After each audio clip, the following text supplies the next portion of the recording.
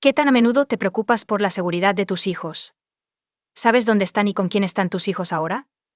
Hoy en día, cada padre se esfuerza por mantener una conexión única con su hijo. Incluso si tu hijo es un adulto, tu corazón y tu mente permanecen con él. La historia que quiero contarte hoy es sobre el vínculo genuino entre un padre y un hijo. Desafortunadamente, hay personas en la Tierra que violan ese vínculo, pero más sobre eso. La historia se desarrolla en un pequeño pueblo llamado Pembroke, en el suroeste de Gales. Tuvo lugar en el año 2021, es decir, no ha pasado mucho tiempo. El 17 de diciembre, alrededor de las 4 a.m., los servicios de emergencia recibieron una llamada de una residente aterrorizada. La mujer descubrió el cuerpo de una mujer en un estanque de molino, un embalse de agua dulce de 2 millas de largo cerca del pueblo. Después de llegar al lugar, los paramédicos comenzaron los esfuerzos de resucitación. Todos los indicios apuntaban a que la niña había estado recientemente en el estanque, y aún había una posibilidad de salvarla. Sin embargo, ninguno de los intentos tuvo éxito. Los médicos la declararon muerta. Estaba desnuda de cintura para arriba y tumbada boca abajo en el agua. La posibilidad de un accidente fue casi inmediatamente descartada. Los expertos médicos descubrieron marcas de estrangulación en su cuello, así como rasguños y moretones en su cara y manos. Es decir, según informes, la niña se resistió y luchó con todas sus fuerzas por salvarse. Sin embargo, los expertos confirmaron que la niña fue estrangulada antes de ser llamada y empujada violentamente al estanque. No tenía objetos personales con ella. La policía descubrió una blusa de encaje seca en la orilla, lo que indica que fue retirada antes de que la niña entrara al agua. El resto de los objetos fueron descubiertos con la ayuda de un perro de servicio, que siguió el rastro y llevó a la policía a un callejón a 120 metros de donde se encontró el cuerpo, donde descubrieron una chaqueta y un celular. Se había establecido la identidad de la niña. Resultó ser Lily Sullivan, de 18 años, una niña inocente para su madre. Pero, a los ojos de los hombres, una joven, floreciente y hermosa chica estaba a punto de comenzar su vida independiente. Lily era la única y más bienvenida hija para su madre, Sullivan, quien anteriormente había tenido 14 abortos espontáneos. Dar a luz a un bebé sano fue un evento milagroso. Compartían un vínculo único, una relación de confianza. La madre admitió que ya había aceptado el hecho de que nunca tendría hijos, y cuando nació Lily, estaba extasiada. Su hija le enseñó el verdadero propósito y significado de la vida. Lily y su familia vivían en los suburbios de Pembroke. Amigos y conocidos la describían como una chica alegre y dulce, una verdadera amiga que siempre acudía al rescate con palabras y acciones. Siempre veía lo bueno en las personas, pero solo en ella misma, y era criticada duramente. Lily era una gran artista. Era una persona creativa, que era crítica con su propio trabajo.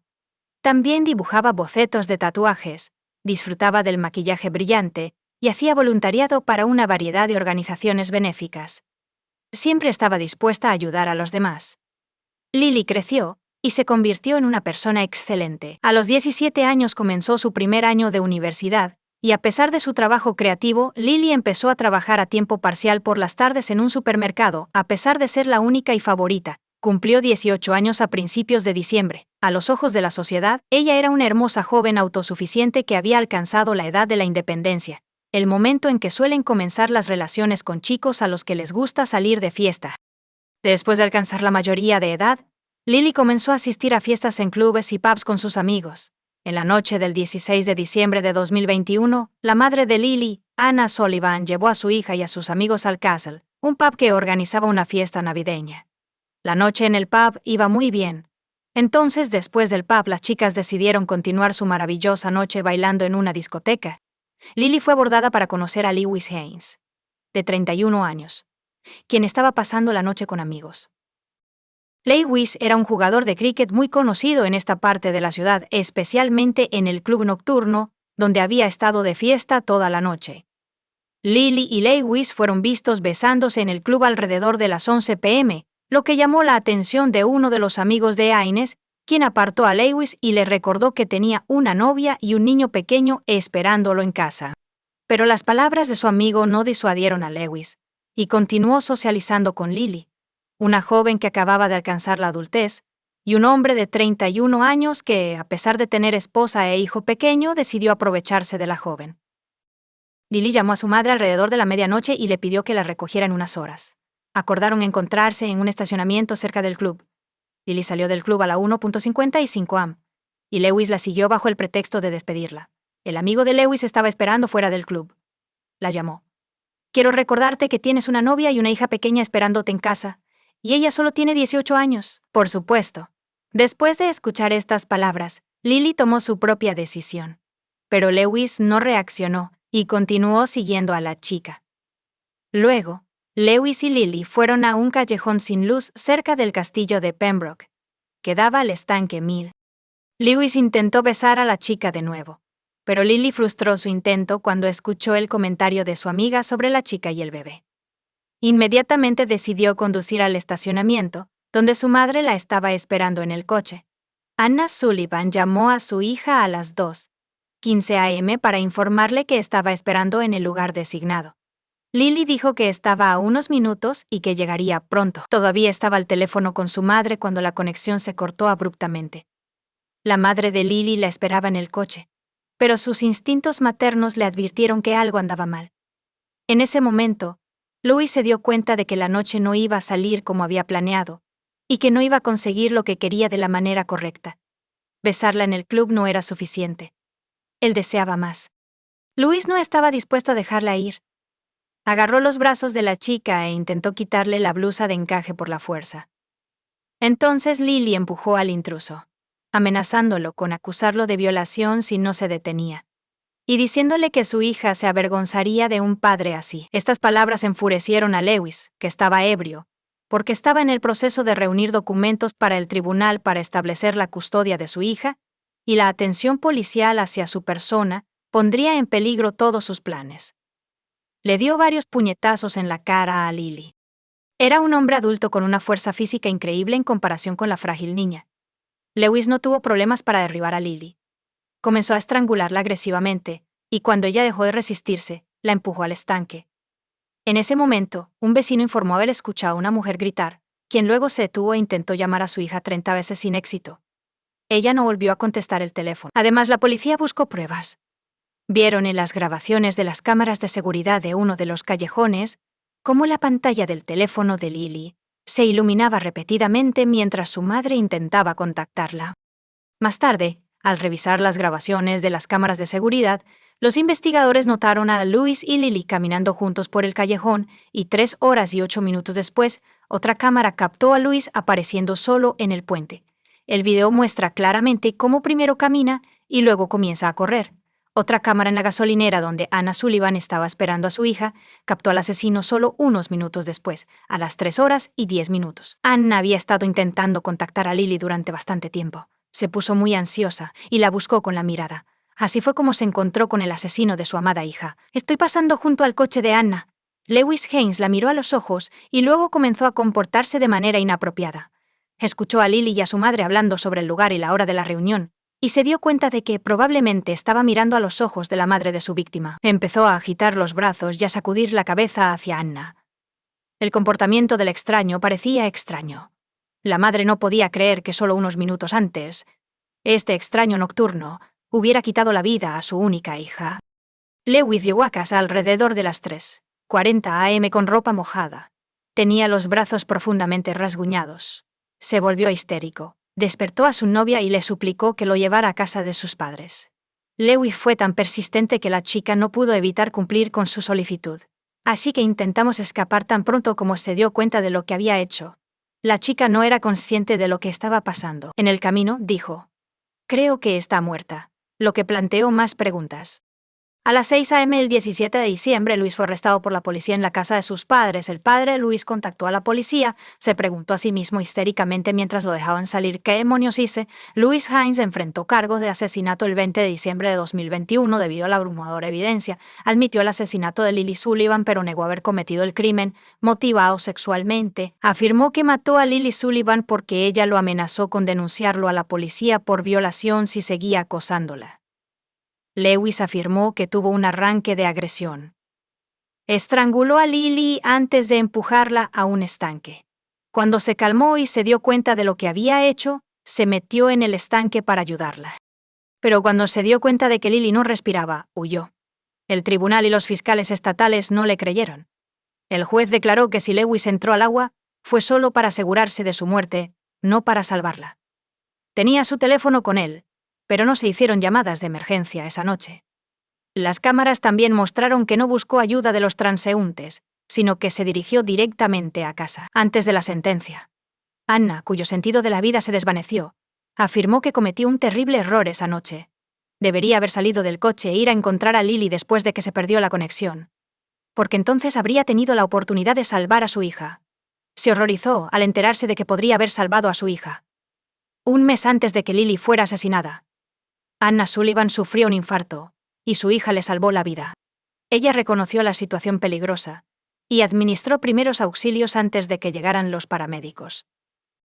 También declaró que después de la muerte de su hija, comenzó a experimentar ataques de pánico y dejó de temer a la muerte porque era la única manera de poder ver a su hija nuevamente en el más allá. Ella describió a Lewis Haynes como pura maldad, quien, debido a sus instintos primitivos, destruyó varios destinos en un solo momento.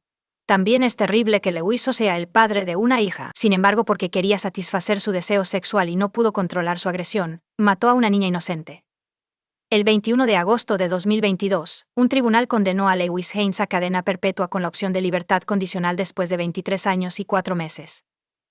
Entonces, en 2044, el asesino podría estar libre nuevamente. Desafortunadamente, esta historia confirma nuestros temores. Vivimos en el siglo XXI, donde ya tenemos teléfonos para una comunicación rápida, Internet y otras tecnologías y aplicaciones diseñadas para mantener a los usuarios seguros. Pero ni siquiera eso ayudó a Lily a salvarse. Tales crímenes ocurren a diario en nuestro mundo, y casi siempre terminan trágicamente. Comparte tu opinión con nosotros en los comentarios y suscríbete al canal para más.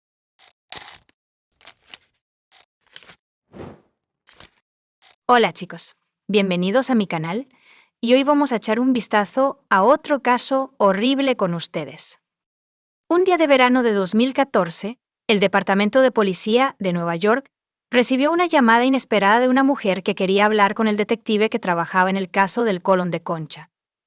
Deborah Holmes llamó y solicitó urgentemente una reunión con los investigadores después de enterarse de una noticia tan impactante. Esperaban que esta llamada inesperada ayudara a descongelar la larga y estancada investigación sobre una trágica pérdida que había estado paralizada durante 5 años.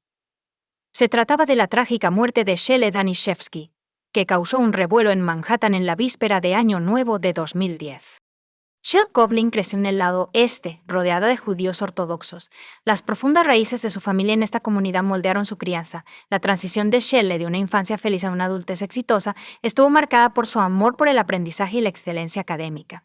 Esta sed de conocimiento eventualmente la llevó a obtener un prestigioso título en gestión de activos, lo que le abrió las puertas a una exitosa carrera en la industria bancaria suiza. Su rápida ascensión en el mundo financiero la llevó a gestionar carteras multimillonarias para clientes en 1998. A pesar de tener una carrera exitosa en una de las ciudades más ricas del mundo, Shelley se sentía insatisfecha. Tenía una situación financiera estable y una familia amorosa. Sin embargo, su sueño de formar su propia familia y convertirse en madre seguía sin cumplirse. En febrero de 1998, estabas decidida a cambiar tu destino. Shelley asistió a un evento para solteros judíos destinado a ayudar a aquellos que buscan una pareja. Allí conoció a Rod Coughlin, un profesional bancario de 26 años. La joven pareja compartía muchos intereses comunes, ambos motivados por un deseo de éxito y estabilidad en la vida. Su conexión fue instantánea y profunda. La relación floreció rápidamente porque se complementaban perfectamente, sin tener en cuenta la significativa diferencia de edad. Shelley y Rod eran inseparables, compartiendo cada momento juntos. Estaban tan enamorados que decidieron casarse poco después de conocerse.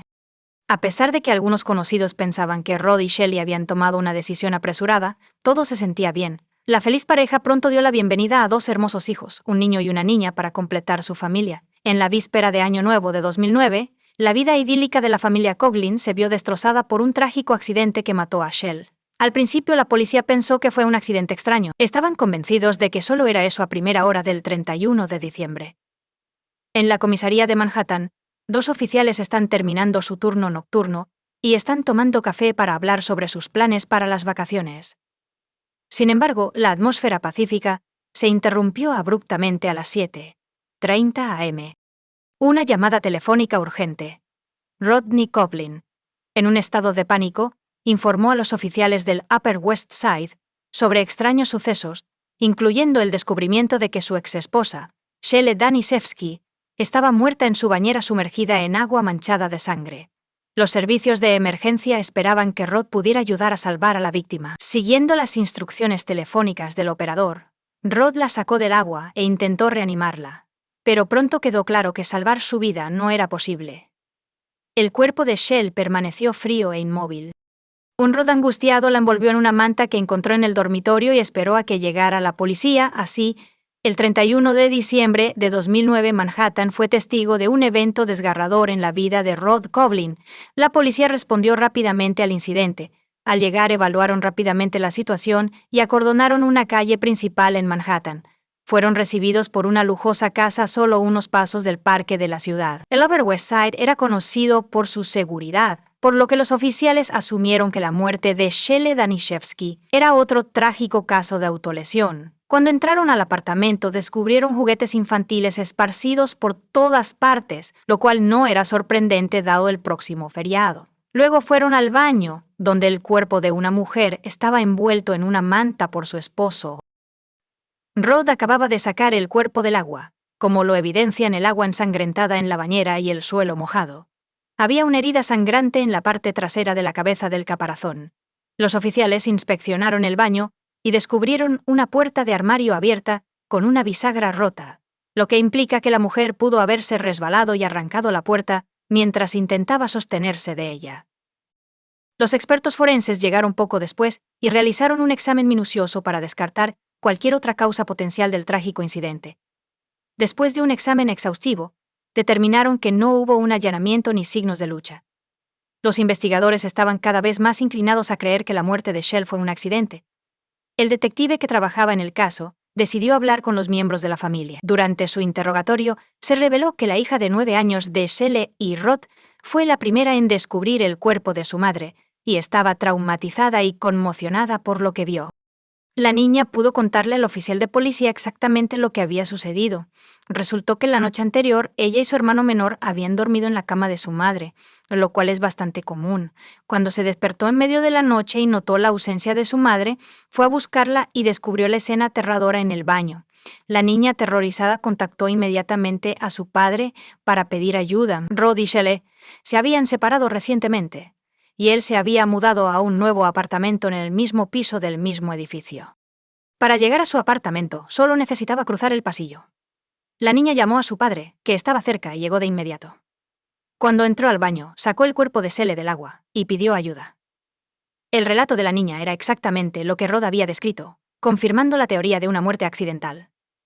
La policía informó a los familiares de Shell sobre el trágico incidente, lo que dejó a todos en shock. La autopsia y el examen forense estaban programados para el día siguiente al descubrimiento del cuerpo. Sin embargo, sorprendentemente nunca ocurrió.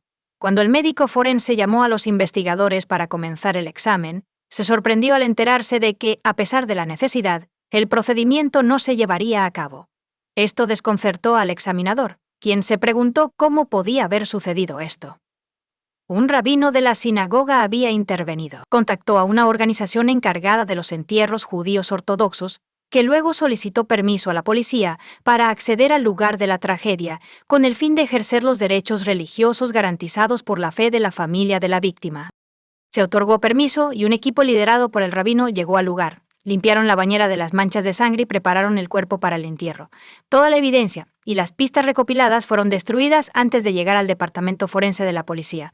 Las autopsias se consideran un tabú en la tradición judía ortodoxa y se ven como una profanación del cuerpo del difunto, por lo que la organización actuó rápidamente.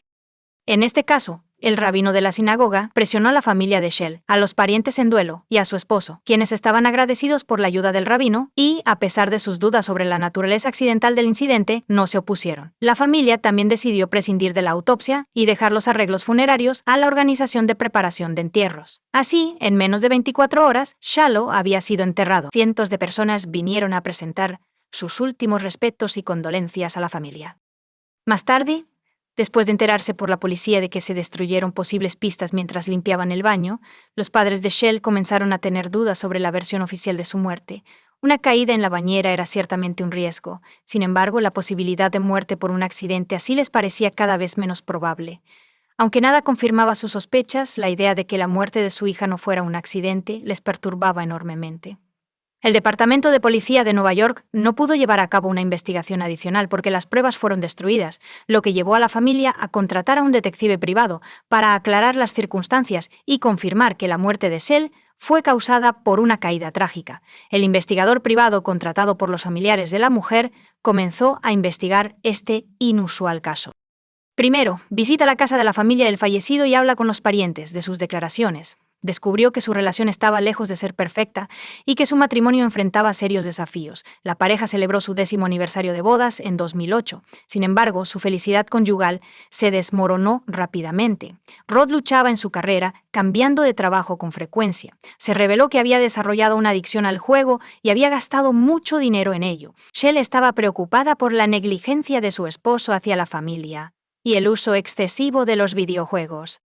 Rod estaba gastando sus ahorros en torneos de backgammon, de los cuales Shell se había quejado a sus amigos cercanos. Estaba insatisfecha con la cantidad de dinero familiar que él gastaba en sus numerosos viajes. Además, descubrió que él había sido infiel durante sus numerosos viajes. Es importante señalar que Shelley no era pasiva ni ingenua respecto al comportamiento de su esposo. Después de descubrir su infidelidad a través de sus correos electrónicos, decidió poner fin a su matrimonio y obtuvo permiso para un divorcio religioso. Externamente, la pareja todavía parecía estar casada, pero Rod se había mudado a otro apartamento en el mismo edificio y un divorcio oficial tomó algún tiempo en completarse. A pesar de su distanciamiento y relaciones tensas, Shelley y Rod intentaron mantener una actitud amigable, especialmente por sus hijos. Sin embargo, el comportamiento de Rod frecuentemente causaba conflictos y desacuerdos. Shell se había quejado recientemente a sus amigos cercanos sobre su esposo, describiéndolo como agresivo y de mal genio. Ella sospechaba que él estaba monitoreando su entrada al apartamento cuando ella no estaba presente y revisando sus correos electrónicos. También sospechaba que Rod había instalado una cámara en el pasillo del edificio para monitorear cuando ella regresaba a casa. Estas complejidades en su vida marital podrían haber motivado una investigación más profunda sobre la muerte de Shell. Después de recopilar todos estos detalles, el detective privado propuso la teoría de que Rod estaba involucrado en la muerte de su esposa y que necesitaba realizar investigaciones adicionales para conocer toda la verdad. El primer objetivo de los detectives era determinar si había ocurrido un crimen en el lugar donde se descubrió el cuerpo. Tenía la intención de inspeccionar el apartamento vacío, pero se encontró con un problema. La puerta estaba sellada. Rápidamente obtuvo una orden judicial para acceder al lugar y llegó a la escena, acompañado por oficiales de policía de Nueva York. Intentó desbloquear la puerta con la llave proporcionada de antemano, pero la cerradura obstinada resistió por un tiempo.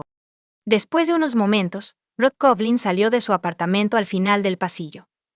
Afirmó haber escuchado ruido y venir a ver qué estaba pasando. Cuando fue confrontado por la policía, el detective Rod tomó la llave y abrió la puerta sin esfuerzo. Esto planteó algunas preguntas para el detective. Rod escuchó sonidos en el pasillo por casualidad, o estaba vigilando deliberadamente las cosas. Una vez dentro del apartamento, el detective estaba decidido a encontrar pruebas que respaldaran su teoría del asesinato. Los familiares de Shell dicen que ella estaba en casa el 31 de diciembre, pero su teléfono estaba desaparecido. El detective registró minuciosamente cada habitación, pero solo encontró el cargador del teléfono de la mujer. Aunque no se encontró el teléfono, al detective se le encargó investigar el baño en la escena de la muerte de Shell. Prestó especial atención a la bisagra que los investigadores sospechaban que ella había cortado durante una caída. Cuanto más examinaba este objeto, más se cuestionaba si la concha podría haber arrancado el detalle metálico que estaba firmemente sujeto al armario. Incluso con el peso de la mujer, habría requerido una fuerza inmensa. Había serias preocupaciones sobre tal posibilidad.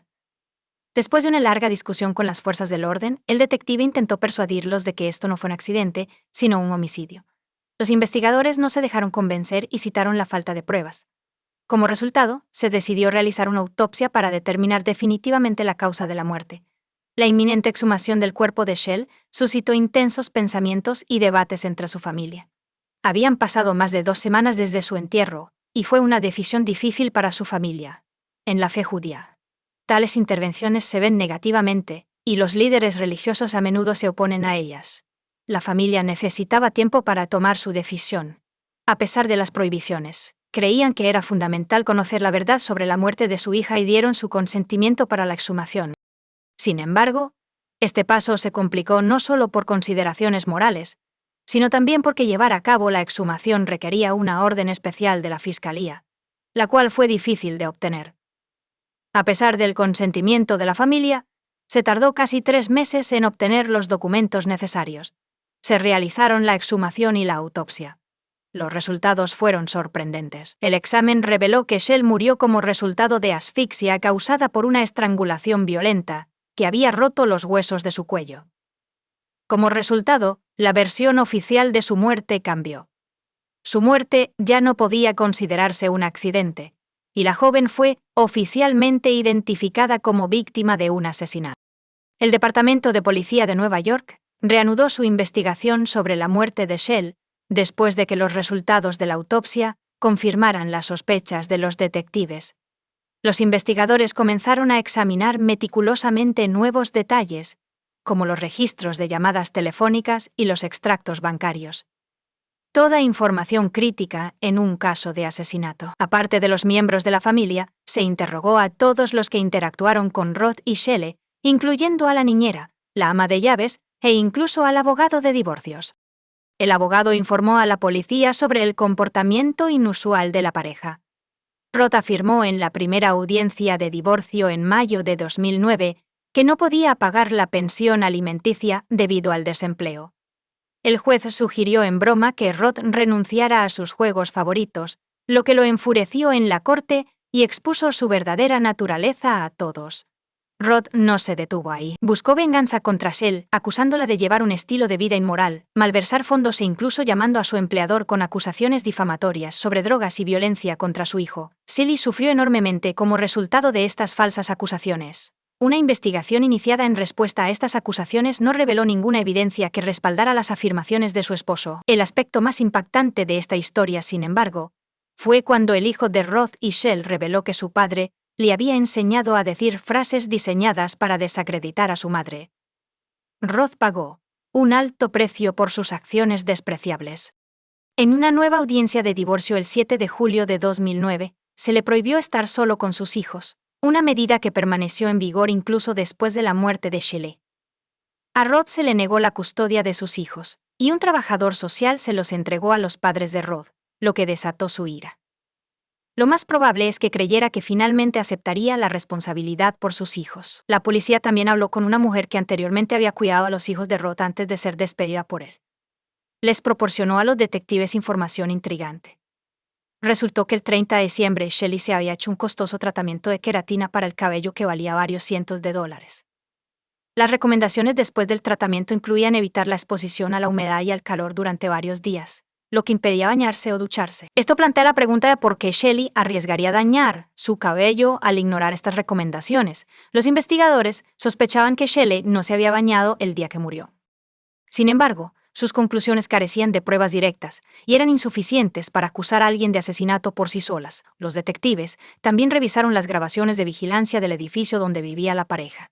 El día del asesinato, notaron el comportamiento inusual de Roth. A las 4 de la mañana, salió de su apartamento vestido como si fuera a salir. Regresó después de un tiempo. El vigilante nocturno en la entrada del edificio, que fue interrogado, encontró inusual la salida de Roth en la madrugada porque nunca había salido tan temprano antes. El vigilante recordó que Roth le preguntó si necesitaba algo, a lo que él respondió que no. Sin embargo, Roth regresó unos minutos después con barras de chocolate y se las ofreció. Los investigadores creían que las acciones de Roth eran deliberadas para crear una coartada para sí mismo. Roth ahora era el principal sospechoso. Y la tarea del investigador era probar su culpabilidad utilizando cualquier medio necesario. Su principal pregunta era qué llevó a Roth a asesinar a su esposa durante la investigación. A pesar de 2 audiencias de divorcio, Shelley y Roth siguieron legalmente casados, lo que significaba que sin un testamento o divorcio, la propiedad iría automáticamente a Roth. Ascendía a más de $5 millones. Otro punto crítico fue que el 31 de diciembre de 2009, Shelley programó una cita con su abogado para cambiar su testamento, con la intención de excluir a su esposo. Esto fue sin duda un golpe para Roth, proporcionando una motivación para el crimen.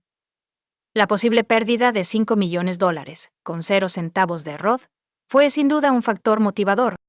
Debido a que ya era un sospechoso, todos los activos de Shell fueron transferidos a una cuenta segura mientras se investigaba más a fondo su implicación en el crimen. Era obvio que si Roth hubiera estado monitoreando a su esposa, habría sabido sobre su reunión con el abogado para eliminarlo del testamento. Los investigadores sospechaban que Roth había instalado software espía para rastrear a su esposa. Shelley también fue vista regresando a casa alrededor de las 8 p.m. en las grabaciones de vigilancia. La noche anterior, estaban hablando por teléfono, el cual nunca se encontró después del crimen. Ahora que habían confirmado que el teléfono estaba en el apartamento, decidieron realizar otra búsqueda en la escena del crimen. Cuando los investigadores regresaron al apartamento, no tuvieron que buscar mucho. No podían creer lo que veían cuando vieron el teléfono de Shell tranquilamente reposando en su mesita de noche, enchufado al cargador. Nadie notó el dispositivo en esta ubicación durante la búsqueda inicial por parte de la policía de Nueva York, ni durante el examen por parte de detectives privados. Además, durante búsquedas anteriores los investigadores fotografiaron la habitación, pero el teléfono no estaba en la mesita de noche. Solo había una explicación. Roth había devuelto el teléfono móvil al apartamento sellado. No estaba claro si esto era un error tonto o una provocación deliberada a la investigación. Roth fue llamado para ser interrogado, pero ya había contratado a un abogado, quien le aconsejó permanecer en silencio. Los investigadores tuvieron que buscar más pruebas de su implicación. Cuando la policía examinó los registros telefónicos de Roth, descubrieron llamadas frecuentes a un número registrado en Jacksonville, Carolina del Norte. Deborah Holmes, una madre casada de 3 hijos, era la propietaria del número de teléfono. Ella era 14 años mayor que Roth. Se conocieron en un torneo de backgammon 5 meses antes del asesinato de Shell y tuvieron un apasionado romance. Los amantes se conocieron en torneos de backgammon y luego jugaron juntos en línea. El investigador vio una oportunidad para encontrar una filtración de EAD y llamó a la mujer para hacerle algunas preguntas. Para su sorpresa, Deborah explicó que su abogado le había aconsejado no hablar con ellos. Ante otra negativa, los funcionarios encargados de hacer cumplir la ley decidieron preguntar por el nombre del abogado. Resultó ser el mismo abogado que representó a Roth Coughlin. La última esperanza de la policía era encontrar mensajes comprometidos o correspondencia electrónica entre Roth y Deborah. Esperan encontrarlos en el teléfono recién descubierto de Shelley. Desafortunadamente, cada mensaje ha sido eliminado profesionalmente. Incluso los programadores expertos no pudieron recuperar los datos. Roth había planeado todo meticulosamente, aparentemente burlándose de las autoridades. Los días se convirtieron en meses y años, y estaba claro que Roth Coughlin estaba evadiendo la justicia. Quizás el crimen que cometió fue perfecto, pero la limpieza del baño por parte del rabino, que eliminó todas las huellas de sangre y otras pruebas, fue crucial. Esta acción destruyó todo posible ADN, huellas dactilares y fibras, complicando la investigación, que se volvió cada vez más prolongada. Roth nunca admitió su crimen, y la falta de pruebas impidió que el caso avanzara a juicio. Habían pasado 5 años desde que comenzó la investigación sobre la muerte de Shelley. Sin embargo, no se habían realizado arrestos. Después de años de búsquedas infructuosas de pistas y pruebas que vincularan a Roth Coughlin con la muerte de su esposa, la amante del sospechoso se presentó inesperadamente. Tras su llamada telefónica, la policía la invitó a la comisaría, donde Deborah Holmes llegó de inmediato. Resultó que ella y Roth se habían separado unos meses antes, lo que la llevó a llamar a la policía. Lo que les contó a los investigadores durante los siguientes 3 días los dejó atónitos. Deborah tenía mucho que revelar. Les informó sobre los planes de Roth para la custodia de sus hijos. Roth seguía siendo un sospechoso en la muerte de su esposa y no tenía derechos de custodia sobre los niños, por lo que no podía acceder a su dinero. Roth estaba dispuesto a hacer cualquier cosa para apoderarse de ella. Ella había dejado millones y había ideado un plan atroz. Coughlin tiene la intención de persuadir a su hija de 15 años para que simule un asalto y luego acusar a su padre, el padre de Roth, del delito. Esto llevaría al abuelo a la cárcel, lo que resultaría en que perdiera la custodia de sus nietos. Roth esperaba que su hija aceptara su plan a cambio de dinero. Mientras tanto, el criminal estaba retirando dinero regularmente de la única cuenta a la que tenía acceso, la cual Shelley había establecido para la educación de sus hijos. Los padres de Roth notaron que estaba malgastando sus ahorros, que deberían haber ido hacia el futuro de su hija e hijo. Estaban insatisfechos con su falta de interés en la vida de sus hijos, lo que provocó una discusión. Roth estaba tan enojado con sus padres que consideró seriamente acabar con sus vidas. Roth Coughlin compartió su plan con Deborah en 2012. Planeó que su hija pusiera veneno para ratas en la casa de sus abuelos. Como la niña era menor de edad, Rod calculó que pasaría mucho menos tiempo en prisión que él. Deborah persuadió a su amante para que abandonara sus malas intenciones. Después de esto, Rod tuvo varias otras ideas. En un momento dado consideró quemar la casa de sus padres y bloquear las puertas para mantenerlos dentro. También consideró organizar un matrimonio ficticio para su hija con un hombre mexicano, después del cual, ella estaría obligada a ceder una parte de su herencia a su padre. Cuando la policía escuchó el testimonio de Deborah, no podían creer la precisión de los detalles. Había estado recopilando pruebas y almacenándolas en discos duros todo el tiempo. Se dio cuenta de que estaba tratando con un psicópata. Ella esperó pacientemente a que Rod perdiera interés en ella antes de entregar estas valiosas informaciones a las autoridades. Las grabaciones incluían cientos, si no miles, de las conversaciones de Rod con varias personas. Ahora los agentes de la ley tenían que escuchar atentamente estos gigabits de datos en busca de pruebas contundentes. Las contribuciones de Deborah a esta compleja investigación fueron significativas. A medida que los investigadores comenzaron a analizar las grabaciones, descubrieron un hecho asombroso. Durante una conversación con un conocido del backgammon, Rod mencionó inadvertidamente tener las llaves del apartamento de Shelley y la capacidad de entrar en él en cualquier momento. Estos discos duros resultaron ser un recurso valioso para la policía, conteniendo cientos de materiales relacionados con el caso. Los investigadores descubrieron que Rod estaba conspirando contra su propia hija, con la intención de culparla por la muerte de la madre, en una dirección de correo electrónico utilizada por el padre para enviar un correo electrónico falsificado. Se afirmó que la hija admitió haber mentido y que su madre no simplemente se cayó, según la historia inventada. Tuvieron una discusión por la noche y ella empujó a su madre al baño. Gracias a toda la información recopilada, la policía finalmente tuvo suficientes pruebas para acusar a Rod Coughlin de la muerte de su esposa. El 1 de noviembre de 2015, Rod Coughlin fue arrestado. La familia de Shelley esperaba el juicio del agresor de su hija.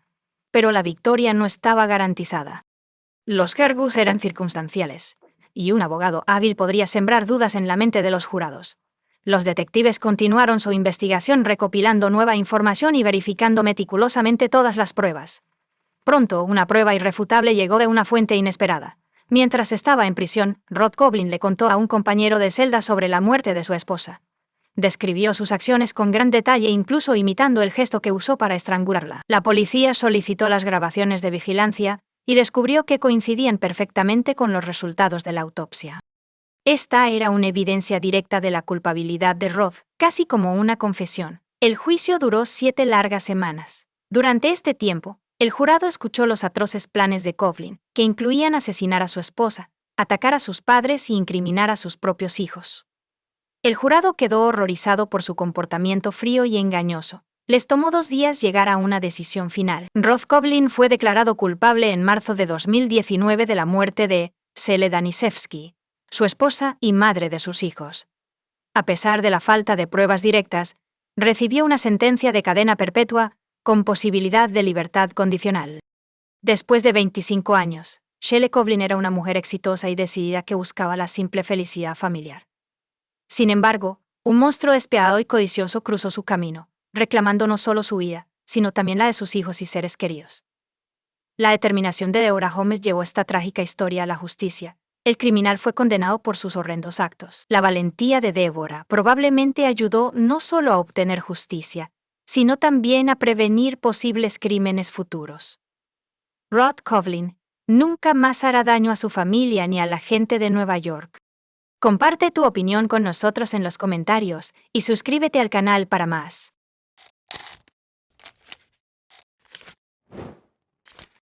Hola chicos, bienvenidos a mi canal y hoy vamos a echar un vistazo a otro caso horrible con usted. En este video hablaremos sobre lo que ocurrió en Windsor, Canadá, en 2018. Autumn Taggart, de 31 años, vivía en el 3er piso de este edificio con su hijo, Gavin. El 10 de junio, el niño se despertó y fue a la habitación de su madre. Su habitación estaba completamente desordenada. Trató de despertar a su madre, pero Autumn yacía inmóvil. El caso de Autumn Taggart recibió una atención generalizada, y la policía canadiense solicitó la ayuda de sus homólogos estadounidenses para localizar y arrestar al sospechoso. Autumn Taggart era madre soltera en 2018. Su hijo Gavin tenía 9 años y vivían en Windsor. a unas millas de la frontera entre Michigan en los Estados Unidos y Ontario, Canadá. El sábado 9 de junio de 2018, Autumn y Gavin pasaron la tarde con el padre del niño, Chris Sherwin. Autumn mantuvo una relación amistosa con él después de su ruptura. Ambos hicieron todo lo posible para asegurarse de que la ruptura no tuviera un impacto negativo significativo en Gavin. Al final del día, los tres fueron a hacer la compra antes de que Chris llevara a Autumn y Gavin a su apartamento en el tercer piso. Después de eso, Chris regresó a casa. Antes de irse a la cama, Gavin jugó videojuegos con su madre, sin saber que la noche siguiente sería una pesadilla inimaginable para él. Gavin se despertó por un ruido mientras aún estaba oscuro afuera. Se sobresaltó y abrió los ojos para ver a un hombre desconocido de pie junto a su cama. Antes de salir de la habitación de Gavin, el extraño le indicó que cerrara los ojos y durmiera. La habitación de su madre estaba detrás de una pared. Está a la derecha en esta imagen. Después de aproximadamente un minuto, Gavin escuchó su grito. El chico nunca había sentido tanto miedo antes. Unos minutos más tarde, el silencio se apoderó del aire. Su madre dejó de gritar y él se quedó dormido rápidamente. Cuando Gavin se despertó, ya era de mañana y estaba saliendo de la cama. Primero fue a la habitación de su madre. Todo allí estaba hecho añicos y destruido. Autumn estaba acostada en la cama. Gavin, de 9 años, inicialmente creyó que su madre estaba durmiendo, pero cuando vio la sangre en su nariz, supo que estaba muerta. Lo sorprendió. El chico no quería creer que fuera verdad. Pasó la primera mitad del día jugando en la consola y viendo videos de YouTube, intentando distraerse del hecho de que su madre fallecida yacía en la habitación de al lado. Por la tarde, no podía soportar más la presión. Empezó a llorar y decidió contárselo a alguien. Después de entrar en la habitación de su madre, tomó su teléfono y usó Messenger para contactar a su padre. Le envió un mensaje diciendo que Autumn no se había despertado. Chris y su novia condujeron inmediatamente a la casa de Autumn y Gavin. Después de aparcar y salir de su coche, Chris notó a su hijo de pie detrás de una puerta corrediza de vidrio en el tercer piso. Chris no tenía una llave electrónica para entrar al edificio, entonces Gavin bajó y lo dejó entrar.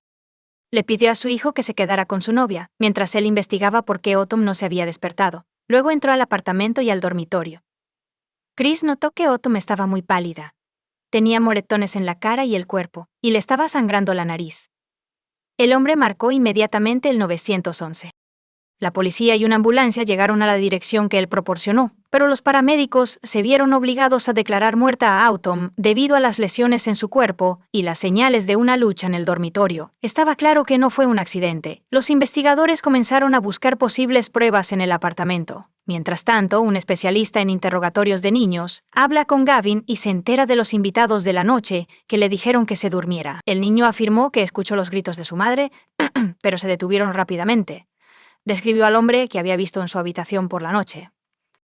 El niño pensó que el hombre era blanco, de estatura promedio y tenía el cabello desordenado. Parecía como si acabara de levantarse de la cama. El chico testificó: creo que estaba delgado, pero no demasiado delgado. Creo que estaba delgado. Los expertos forenses que realizaron la autopsia determinaron que Autumn murió como resultado de la estrangulación. Alguien la golpeó antes de que muriera. Además, había lesiones en su área genital y se encontraron muestras de ADN masculino en su cuerpo. Entre otras cosas, la policía tuvo que responder a las siguientes preguntas: ¿cómo entró el autor en el piso? ¿Cuál fue su motivación? Y, lo más importante, ¿quién era el hombre que entró en el edificio? La gente necesitaba una llave electrónica.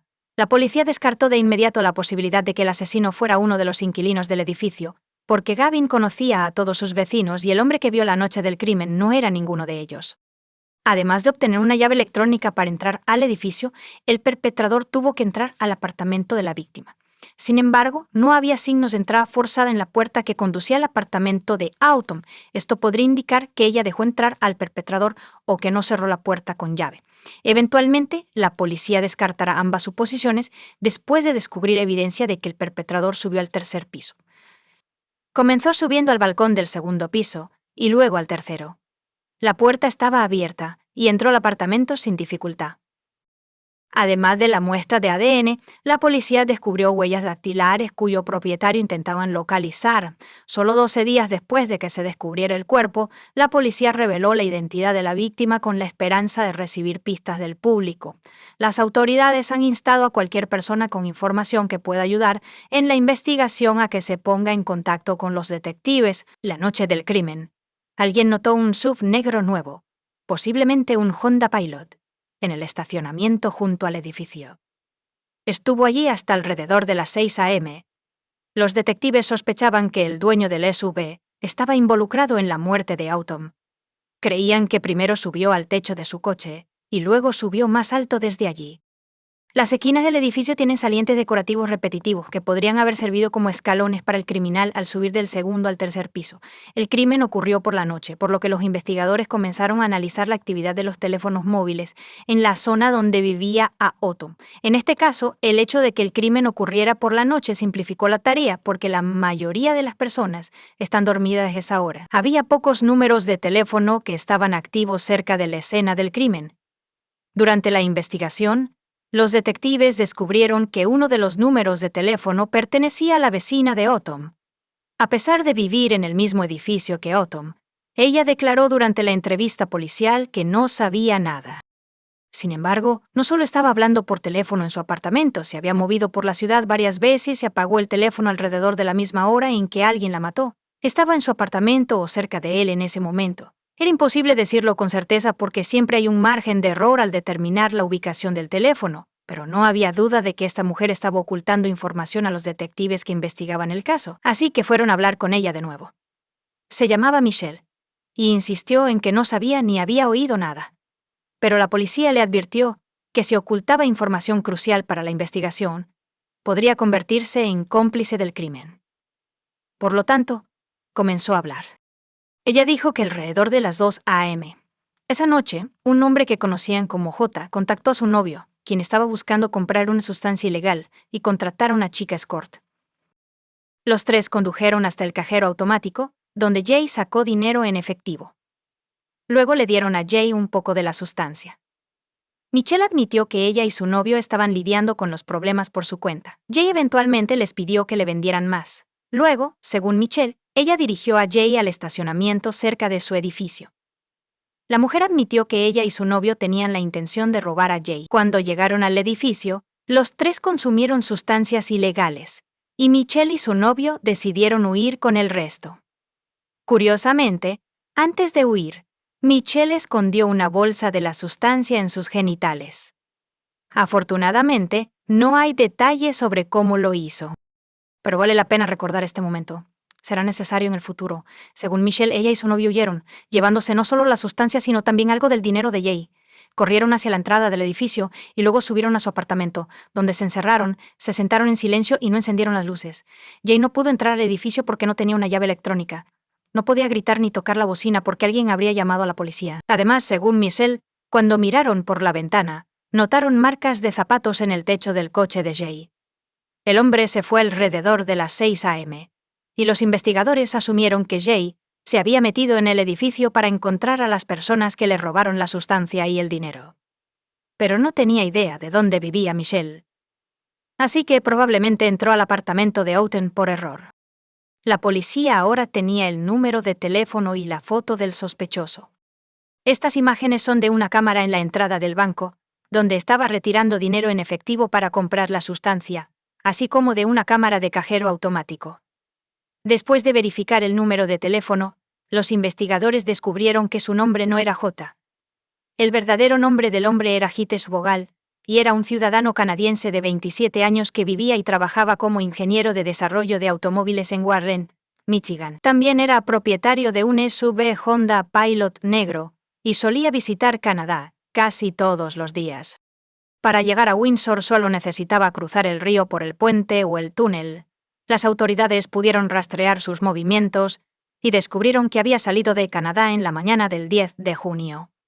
El día que murió Autumn, él salió del país y no ha regresado desde entonces. Yitesh vendió su coche después de que la policía publicara detalles sobre el incidente del SUV negro en la casa de la víctima. La policía canadiense se puso en contacto con sus homólogos estadounidenses y pidió ayuda. Se enteraron de que Yitesh planeaba mudarse de Michigan al estado de Washington. Sus padres vivían en Kent. Después de dejar un buen trabajo por razones desconocidas, regresó a la casa de sus padres. El hecho de que decidiera mudarse, deshacerse de su coche y dejar de visitar Canadá era muy sospechoso. Sin embargo, la policía necesitaba pruebas irrefutables para arrestarlo y extraditarlo a Canadá. La policía de Windsor pidió a la Agencia de Seguridad Nacional de EU que asistiera con la investigación y rastreara los movimientos de los sospechosos. El ADN masculino descubierto en el cuerpo de Autumn probablemente pertenezca a Hitesh. Para probarlo, necesitaban recoger una muestra de su ADN para compararla. Agentes de los Estados Unidos rastrearon los movimientos del sospechoso. Eran conscientes de que él planeaba mudarse al estado de Washington y estaban preocupados de que pudiera irse a un tercer país. Hitesh también intentó cambiar su apariencia quitándose la barba y usando lentes de contacto azules. Afortunadamente, Hitesh no era particularmente cauteloso. Un día, fue a uno de los bares de Warren y bebió. Cuando terminó su última clase y salió del bar, los agentes incautaron el vaso, obteniendo una muestra de su ADN. Tomó algún tiempo compararlo con la muestra del cuerpo de Autumn, pero los resultados no fueron inesperados. El cuerpo de la víctima contenía ADN masculino, que coincidía con el de Jitesh Bogal.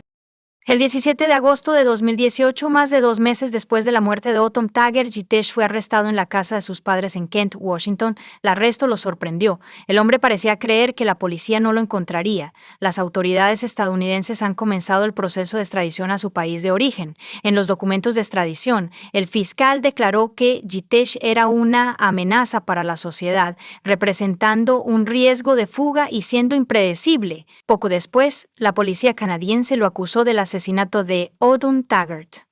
El juicio fue pospuesto por un periodo prolongado debido a las restricciones impuestas por el país. Comenzó en noviembre de 2021. Había 3 salas de juicio separadas permitiendo el distanciamiento social. La sala principal albergaba al juez, al fiscal, al jurado y al acusado, junto con su defensa. Las otras 2 salas de juicio contaban con pantallas grandes que mostraban el juicio a los familiares de Autumn y a otros. Jitesh Bogal se declaró no culpable de homicidio en primer grado, afirmando que mató a Autumn accidentalmente. Describió cómo algunos traficantes le robaron dinero y una sustancia ilegal de su coche. Le molestó, así que salió del coche para encontrarlos. No recordaba mucho de lo que había pasado esa noche porque había consumido tanto alcohol como otras sustancias. Recordaba haber subido al balcón antes de entrar al apartamento. Autumn estaba dormida en su cama cuando él la confundió con Michelle, la mujer que lo había robado. Cuando Autumn se despertó, comenzó a gritar. Le dijo que dejara de hacer ruido, pero Autumn no lo escuchó. Le puso la mano sobre la boca, causando que se asfixiara. Según el hombre, se dio cuenta de que había matado accidentalmente a Autumn después de que el grito se detuvo. Luego le practicó RCP, pero no funcionó. Jitesh no podía recordar cómo aparecieron las lesiones genitales en el cuerpo de Autumn, ni cómo salió de su apartamento. Jitesh y sus abogados pidieron a la fiscalía que desestimara los cargos de privación de vida en primer grado porque creían que era un crimen no intencional. Según ellos, Jitesh no era consciente de sus acciones debido a la gran cantidad de sustancias que consumió. La mano sobre la boca indica que quieren estar callados, no que quieran morir. Bogal carecía de la capacidad para formar intención o entender las consecuencias de sus acciones. Según el abogado defensor Peter Thorning, solo hay una explicación para su comportamiento: la intoxicación. Es cierto que pueden ocurrir cosas terribles sin que nos enteremos. Eso es lo que ocurrió aquí. Esta muerte fue involuntaria. Estaba intoxicado o no se dio cuenta de que sus acciones no resultarían en muerte, añadió. Sus abogados también afirmaron que no había pruebas de que el acusado hubiera tenido relaciones sexuales con la víctima. Esta es una consideración importante porque tendrá un impacto en la sentencia de Jitesh. Sí, el cuerpo de Autumn contenía ADN de Bogal, pero no era fluido seminal.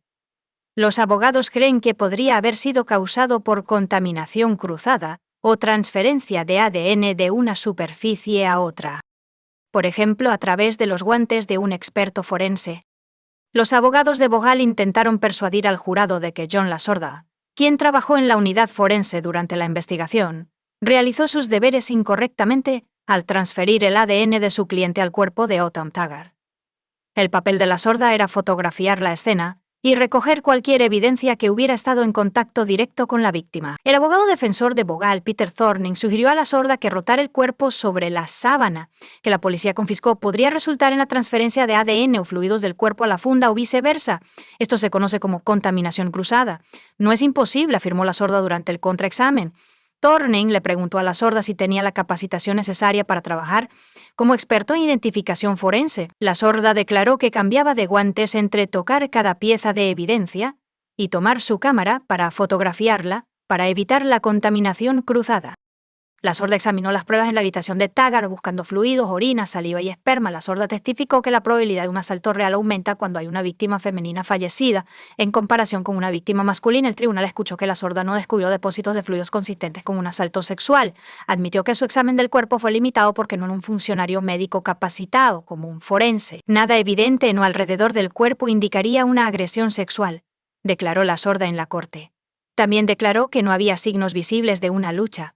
La sorda aclaró en el tribunal que los signos de una lucha incluirían muebles o cristales rotos, entrada forzada, cerraduras manipuladas o manchas de sangre, ninguno de los cuales se encontró en el apartamento de Autumn. Sin embargo, el fiscal tenía una opinión diferente. Recordando que Michelle escondió la sustancia en su área genital, la fiscalía afirmó que el acusado estaba al tanto de ello y la buscó en la misma parte del cuerpo de Autumn y que aunque lo hizo con la mano, nada cambió. Cometió todos los asaltos. ¿La registraste?, dijo el fiscal, lo cual es repugnante. No estoy de acuerdo, dijo Bogal. ¿Por qué no llamó al 911?, preguntó el fiscal. Autumn dejó de respirar. Yeater respondió que tenía miedo de que la policía lo arrestara porque estaba seguro de que nadie le creería. Nadie me creyó, yo apenas me creo. Bogal testificó que no recuerda mucho de lo que sucedió en la habitación de Autumn. Dijo que recuerda haberle practicado RCP a Autumn después de que dejó de gritar. Anteriormente testificó que recordaba contar 5 o 6 costillas hacia abajo antes de comenzar la RCP y que realizó 15 compresiones y 3 respiraciones. El fiscal también disputó que la estrangulación de la víctima por parte del acusado fuera accidental. Después de todo, podría haber simplemente puesto su mano sobre la boca de Autumn para detener sus gritos, pero también le cerró la nariz privándola de la capacidad de respirar, y necesitaba hacerlo durante un tiempo, así que sabía lo que estaba haciendo. El hijo de Autumn, Gavin, quien desde entonces ha cumplido 13 años, también testificó en el juicio. El niño testificó en una sala separada en el juzgado de la sala principal, que albergaba al juez, al jurado, a los abogados y al acusado. Estaba acompañado por un trabajador de apoyo mientras daba su testimonio. Así describió los eventos de esa noche. Alguien entró en mi habitación y dijo algo que no puedo recordar. Estuvo bastante cerca. También testificó que nunca se hizo contacto. Cuando salió de mi habitación estuvo en silencio por un corto tiempo. Luego escuché a mi madre gritar esa noche. Ese grito duró un rato antes de terminar. Y luego, antes de darme cuenta, me había vuelto a dormir y desperté. Cuando el niño se despertó por la mañana, entró en la habitación de su madre. Todo estaba derribado, roto y destruido. Mi mamá estaba durmiendo. Bueno, eso fue lo que pensé al principio, pero había sangre en su nariz, lo que me llevó a creer que había muerto. La mataron. Él dijo que estaba en shock. No podía creerlo. Lloré, pero traté de sobrellevarlo. Simplemente seguí con mi día, sin preocuparme. El chico testificó. Afirmó haber pasado parte del día jugando videojuegos y viendo videos en YouTube. La fecha era el 10 de junio de 2018. Más tarde ese día, envió un mensaje a su padre usando el teléfono de su madre. No podía soportarlo más. Necesitaba contárselo a alguien. Gavin dijo. Chris Sherwin Taggart, su expareja y el padre de su hijo, testificó que la escuchó por última vez a través de un mensaje de texto alrededor de las 12:30 am el 10 de junio. Por la mañana, volvió a enviar un mensaje, pero nadie respondió. En ese momento, expresó su preocupación. Más tarde ese día, afirmó haber recibido un mensaje de texto del teléfono de Taggart. Pronto se dio cuenta de que era su hijo. Una copia de los mensajes de texto fue exhibida en la corte para que el jurado la viera. El 1 de diciembre de 2021, un jurado de 12 personas condenó a Sheetes Bogal por privación de libertad en primer grado. No encontraron pruebas concluyentes de que Bogal hubiera tenido relaciones sexuales con Autumn. No puedo decir que no estábamos nerviosos. Definitivamente es la decisión correcta. El otoño lo merecía. Su hijo lo merecía. John Taggart. Otoños, padre, justicia. Eso es exactamente lo que queríamos. Eso es lo que tenemos. Los miembros de la familia se abrazaron y expresaron alivio. El 5 de enero de 2022, el tribunal condenó a Jitesh Bogal a cadena perpetua. Tendrá que cumplir 25 años antes de ser elegible para la libertad condicional. Apareció en un video en la cárcel vistiendo un overol naranja y una máscara negra. Se sentó contra una pared, lejos de la cámara, mientras escuchaba las declaraciones de impacto de la víctima. Finalmente, el juez le preguntó si tenía algo que decir. Es difícil expresar mi tristeza y remordimiento, pero me alegra por la familia que tengan un sentido de justicia y puedan seguir adelante. Ese día, una parte de mi alma también murió. Bogal declaró que aún les gustaría ver que las leyes en Canadá cambien de cadena perpetua a cadena perpetua real, en lugar de 25 años y luego libertad condicional. Queremos que la vida signifique vida para todas las víctimas, dijo John Kager. Comparte tu opinión con nosotros en los comentarios y suscríbete al canal para más contenido.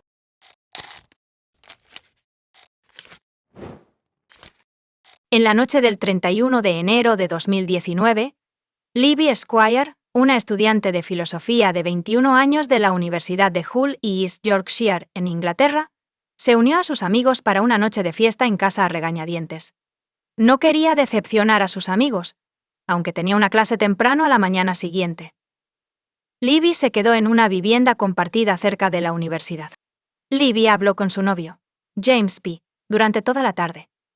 El último mensaje de texto que recibió de ella fue a las 10:30 p.m. Al día siguiente, el 1 de febrero, los amigos y familiares de James Libby intentaron pero no lograron comunicarse con ella. Fueron a su casa solo para descubrir que no estaba allí. Las fuerzas del orden entrevistaron a los amigos de Libby y descubrieron que ella no había estado con ellos cuando salieron del club esa noche. Según sus amigos, Libby fue rechazada en el club nocturno Wellion Hall porque la seguridad sospechaba que estaba intoxicada. Para garantizar su seguridad, sus amigos llamaron a un taxi para llevarla de regreso a su casa en Wellesley Avenue. Tras la investigación, la policía realizó una búsqueda en la zona, lo que resultó en el descubrimiento de las llaves de la casa de Libby en el jardín de un vecino. Las autoridades recopilaron imágenes de las cámaras de seguridad de la zona e interrogaron a numerosos testigos. Determinaron que Libby había llegado a casa en taxi, pero cuando salió, caminó por la calle sin entrar a su casa. Basándose en las grabaciones de CCTV y en los testimonios de los testigos, la policía estaba siguiendo una pista específica en la desaparición de Libby y estaban seguros de haber identificado a la persona responsable. A pesar de su conocimiento sobre el individuo involucrado, no tenían idea de dónde estaba Libby. 7 semanas después de su desaparición, Pavel Relovich, de 26 años, descubrió su cuerpo en la desembocadura del Humber, entre Spurn Point y Grimsby, y fue arrestado posteriormente. Fue interrogado unos días después de que Libby fuera reportada como desaparecida, pero fue liberado. Pavel, originario de Polonia, vivía en North Yorkshire, con su esposa y sus 2 hijos pequeños, y trabajaba como carnicero para Caro Foods, en Malt. Le dijo a la policía que vio a Libby llorando en la calle, y le ofreció llevarla a casa. Afirmó haberla dejado cerca de unos campos de juego porque estaba enferma. Esta fue la última vez que la vio. Les dijo a los policías que no tenía nada que ocultar, solo revisen las cámaras. La policía examinó las grabaciones de vigilancia y lo acusó de violación y asesinato. Powell se declaró no culpable de los cargos en su contra. Según la fiscalía, Libby llegó a casa esa fatídica noche en un estado muy vulnerable. El clima estaba amargamente frío, y ella se encontraba sola e intoxicada, habiendo dejado accidentalmente las llaves de su casa en el jardín de su vecino. El fiscal enfatizó ante el tribunal que Libby probablemente estaba experimentando hipotermia y angustia en ese momento. Ella estaba llorando después de perder las llaves de su casa, y seguía cayéndose al suelo mientras intentaba caminar. Libby fue confrontada por varios testigos que la vieron en apuros esa noche. Durante el juicio, los jurados escucharon a varios testigos que vieron o interactuaron con Libby después de que el taxi la dejara fuera de su casa. El tribunal fue informado de que un estudiante llamado Jorge Thompson vio a Libby salir del taxi y describió cómo se cayó de cara al suelo. Permaneció en el suelo durante unos 10 segundos y luchó por caminar, tropezando por todas partes. Los estudiantes vecinos de Libby tenían derecho, y Emma Howe se encontró con ella después de que salió del taxi. Escucharon su llanto y sollozos fuera de su casa y la invitaron a entrar. Sin embargo, Libby decidió no testificar contra Roland Jacobs, y Alan Jones reveló que detuvieron su coche de camino a casa después de un partido de dardos cuando notaron a Libby en el suelo. Se acercaron a ella, preocupados por su bienestar, y ofrecieron ayudarla. Roland mencionó que Libby murmuraba, lo que hacía difícil entender sus palabras. Una vez le pidió que se acostara con ella, y cuando le pidió un abrazo, él se negó, lo que la llevó a usar un lenguaje ofensivo. A pesar de pasar unos 10 minutos intentando ayudarla, se sintieron impotentes y finalmente se fueron. Lorna Allen describió ver a Libby tirada en el suelo, llorando y gritando cerca de una parada de autobús justo antes de la medianoche del 31 de enero. Lorna describió a Libby como balbuceando, hablando sola y pareciendo muy ebria. Durante el juicio, Se informó al tribunal que mientras Libby vagaba por las calles angustiada, Pavel estaba conduciendo por la zona buscando una oportunidad. La fiscalía afirmó que Pavel vio a Libby justo después de la medianoche. Se mostró al jurado imágenes de CCTV obtenidas por la policía, que mostraban al Vauxhall Astra plateado de Pavel conduciendo en patrones circulares en ocasiones. La fiscalía afirmó que Pavel estaba conduciendo esa noche buscando una víctima para espiar y satisfacer sus deseos.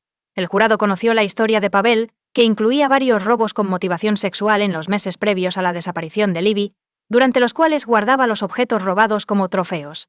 Cuando la policía lo arrestó por el asesinato de Libby, descubrieron ropa interior y juguetes íntimos robados a mujeres. Descubrieron una bolsa en su coche que contenía estos artículos, así como fotografías de mujeres jóvenes. Cuando se le preguntó sobre la bolsa, Powell inicialmente afirmó no saber nada, antes de admitir que se había olvidado de ella y que no tenía idea de dónde había venido ni cuánto tiempo había estado allí. Según el testimonio en el tribunal, en el año previo a la desaparición de Libby, Powell se expuso a mujeres en público y miraba a través de las ventanas. Se informó al jurado que un estudiante tuvo una experiencia aterradora cuando vio el rostro de un hombre asomándose por su ventana mientras se vestía. El rostro del hombre estaba a solo unos centímetros de la ventana, lo que la aterrorizó. Reconoció a este individuo como alguien con poder. Otra mujer dijo que vio a Powell en su ventana, observándola durante un momento íntimo con su novio.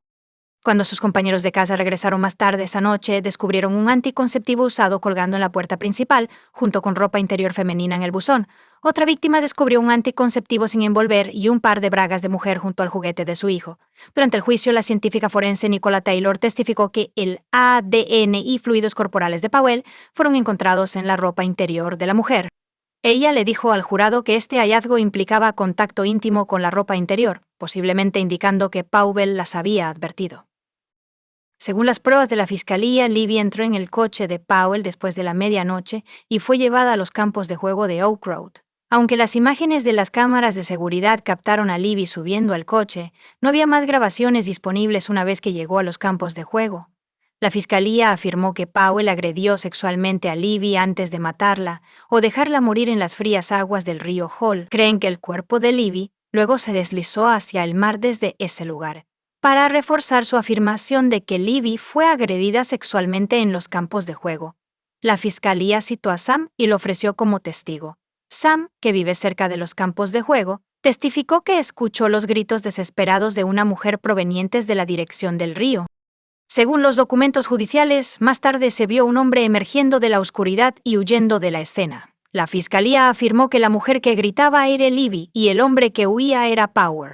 Notablemente, Libby no fue vista en ninguna grabación adicional de CCTV después de los campos de juego. La acusación también afirmó que Powell tenía rasguños visibles en la cara que fueron infligidos por Libby mientras luchaba por su vida. La fiscalía resumió su caso, diciéndole al jurado que las pruebas respaldaban la conclusión de que Libby fue violada por un hombre cuya única motivación para entrar en contacto con ella esa noche era llevarla lejos de la seguridad a un área remota bien conocida por él y someterla a sus incontrolables impulsos sexuales.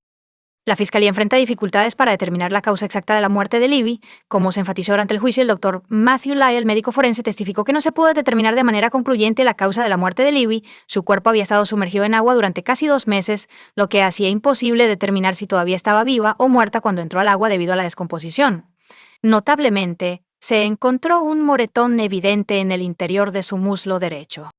Un examen más detallado reveló laceraciones en el interior de su labio superior, lo que indica un trauma contundente. Se descubrieron pequeñas hemorragias alrededor de su boca, lo que el tribunal fue informado que podría indicar un apretón o compresión del cuello o de la boca. Sin embargo, también se afirmó que estas laceraciones podrían haber ocurrido en el agua o en vida, cerca del momento de la muerte. El doctor Lyle declaró que podría haber habido lesiones adicionales en su cuerpo, pero no podemos verlas. El tribunal escuchó testimonios sobre 3 posibles causas de muerte de Libby: hipotermia, ahogamiento y asfixia. En términos de hipotermia, el Dr. Lisdell explicó al tribunal que en un entorno comunitario, la muerte por hipertermia puede ocurrir si una persona está vestida de manera inadecuada, su ropa se moja o consume alcohol.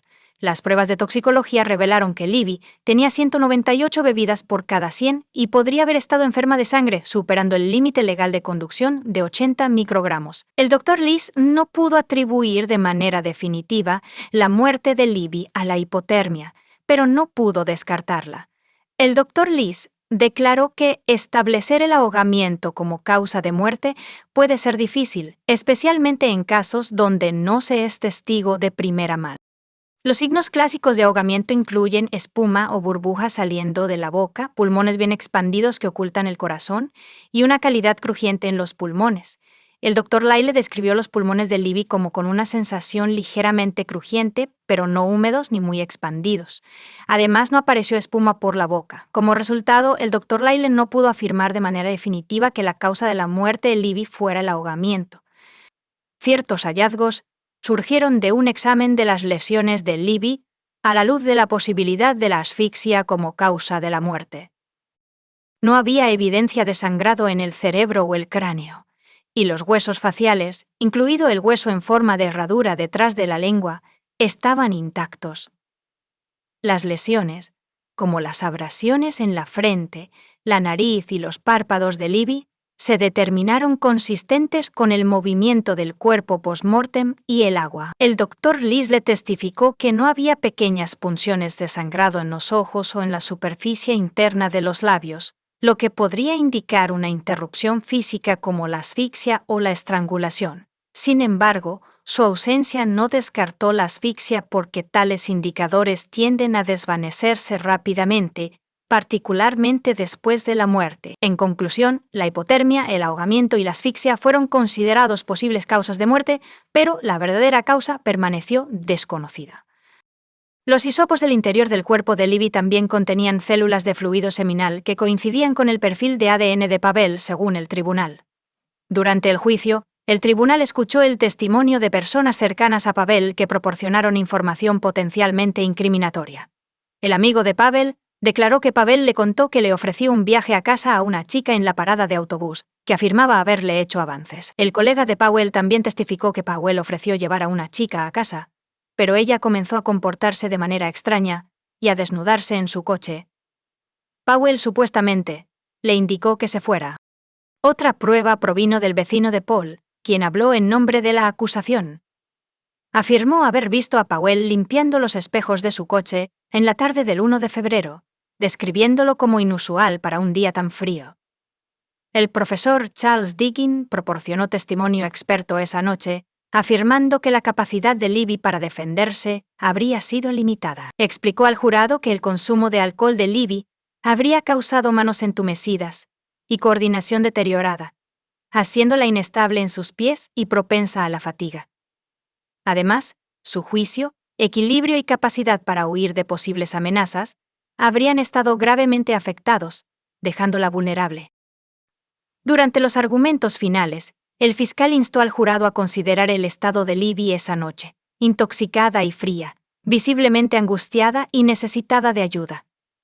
Los testigos informaron haberla visto llorar, acostada en el suelo y temblando. El fiscal pidió al jurado que considerara lo que podría haber sucedido después de que Libby entrara en el coche de Pavel. Era plausible que, en su estado vulnerable, ella abandonara voluntariamente el calor del coche para acostarse en la fría nieve y participar en una actividad consensuada con Pavel. El fiscal enfatizó al jurado que proponemos una proposición absurda, lo cual fortaleció el caso. El fiscal recordó al jurado el pasado de Powell, enfatizando que no era un santo, sino más bien una persona que buscaba satisfacer sus propios deseos sexuales. La defensa argumentó que Powell se encontró con Libby esa noche, le ofreció llevarla a casa y mantuvieron una actividad consensuada. Afirmaron que él se detuvo en los campos de juego porque ella se sentía mal. Cuando se fue, ella aún estaba viva. La defensa planteó la posibilidad de que Libby se hubiera suicidado. Pavel testificó durante el juicio. Según su relato, le ofreció a Libby un aventón a casa después de verla llorando en la calle, por compasión hacia ella. Pavel declaró que la encontró llorando y gritando en la acera de Beverly Road y que quería ayudarla. Él afirmó que su encuentro sexual fue consensuado. Al jurado se le mostró un video de vigilancia de Libby Pavel caminando por Beverly Roads antes de conducir hacia los campos de juego de Oak Road. Pavel admitió haber estado conduciendo esa noche, con la esperanza de encontrarle una mujer. También confesó haber robado ropa interior femenina y juguetes íntimos, así como espiar a las personas a través de las ventanas. Powell explicó que inicialmente ocultó esta información porque le preocupaba que causara problemas en su matrimonio. Según el testimonio de Paul, el comportamiento de Libby parecía inusual y sospechaba que había ingerido algo o que le habían puesto algo en su bebida. Cuando le ofreció un aventón a casa, ella extendió la mano y caminaron hacia el coche. Powell notó que ella parecía más tranquila dentro del coche caliente. Sin embargo, mientras conducía, afirmó que Libby hizo gestos indicando su deseo de vomitar, lo que le llevó a detenerse cerca de los campos de juego de Oak Road. Pavel describió cómo, cuando el coche se detuvo, Libby intentó salir pero cayó de rodillas en la nieve y lloró. Según su testimonio, cuando se alejó, Libby estaba caminando por la acera y nunca la volvió a ver. Pavel regresó a casa, se dio un baño, y luego vio una película. Preocupado por el bienestar de Libby, regresó a los campos de juego para asegurarse de que no estuviera tirada en algún lugar, pero no descubrió nada. El tribunal se enteró durante el juicio de que Libby había luchado previamente con problemas de salud mental. Lisa Squire, la madre de Libby, leyó una declaración en la corte detallando la historia de problemas de salud mental de su hija, incluyendo un trastorno alimentario y depresión. Lisa, por otro lado, declaró que su hija ha tenido miedo al agua desde que era niña, evitando las piscinas incluso en vacaciones, y generalmente tiene miedo a la oscuridad. Lisa no creía que su hija se suicidara. Se mostraron al tribunal extractos de los registros médicos de Libby, que confirmaban sus problemas de depresión y ansiedad. También se reveló que Libby había investigado varios métodos de suicidio y había considerado el suicidio, incluyendo la posibilidad de lanzarse a un río. Incluso el propio equipo legal de Pavel describió su comportamiento anterior como grosero y aterrador. Sin embargo, la defensa afirmó que no había evidencia de un ataque violento contra Libby. El abogado de Powell afirmó que, aunque Powell se aprovechó de Libby y participó en el engaño, no cometió violación ni asesinato. La defensa sugirió que Libby podría haberse suicidado al caer al río. En su declaración final, el abogado instó al jurado a considerar si las mentiras de Pavel podrían tener una explicación inocente, afirmando que incluso aquellos que no son culpables pueden mentir. Reconoció que Pavel no debería haber dejado a Libby sola esa noche dada su condición, pero especuló que Pavel podría haber mentido sobre haberla encontrado para proteger a su familia. El argumento de cierre del abogado buscó sembrar dudas sobre el caso de la fiscalía, enfatizando la falta de pruebas concluyentes que vincularan a Powell con los supuestos crímenes. Se pidió al jurado que deliberara, pero no pudieron llegar a una conclusión unánime, así que la jueza, señora Justicia Lambert, informó al jurado de 7 mujeres y 5 hombres que aceptaría un veredicto mayoritario de 10-2 o 11-1. Lo condenaron unánimemente a Powell por violación y más tarde lo encontraron culpable de asesinato por una mayoría de 11-1. Lisa Squire, la madre de Libby, dijo que no hay palabras para describir la agonía de vivir sin ella. No solo he perdido a mi primer hijo, con quien compartía un vínculo especial, sino que también he perdido la oportunidad de ser abuela de sus hijos. Saber que en la última hora de Libby, ella me necesitaba y yo no estuve allí para ella me atormentará por el resto de mi vida. Por lo que le pasó a Libby esa noche. Ahora existo en 2 mundos. Ley, hay un mundo en el que soy madre, esposa y empleada, pero también hay uno oscuro y solitario. En este mundo, deseé morir para poder estar con mi niña una vez más. Russ, el padre de Libby, también testificó en el tribunal, expresando su dificultad para ver fotos de su hija después de su muerte. Durante la sentencia, el juez se dirigió a Pavel, enfatizando cómo, antes del asesinato de Libby, sus acciones criminales crecieron en audacia y confianza en que no sería detenido. El juez señaló la mirada descarada de Pavel hacia las mujeres, incluso después de que ellas se dieran cuenta. El juez estaba seguro de que la intención de Pavel era ocultar el cuerpo de Libby, con la esperanza de que fuera llevado al mar y nunca descubierto. Pavel recibió una sentencia mínima de 27 años por asesinato y 18 años adicionales por violación. Comparte tu opinión con nosotros en los comentarios y suscríbete al canal para más.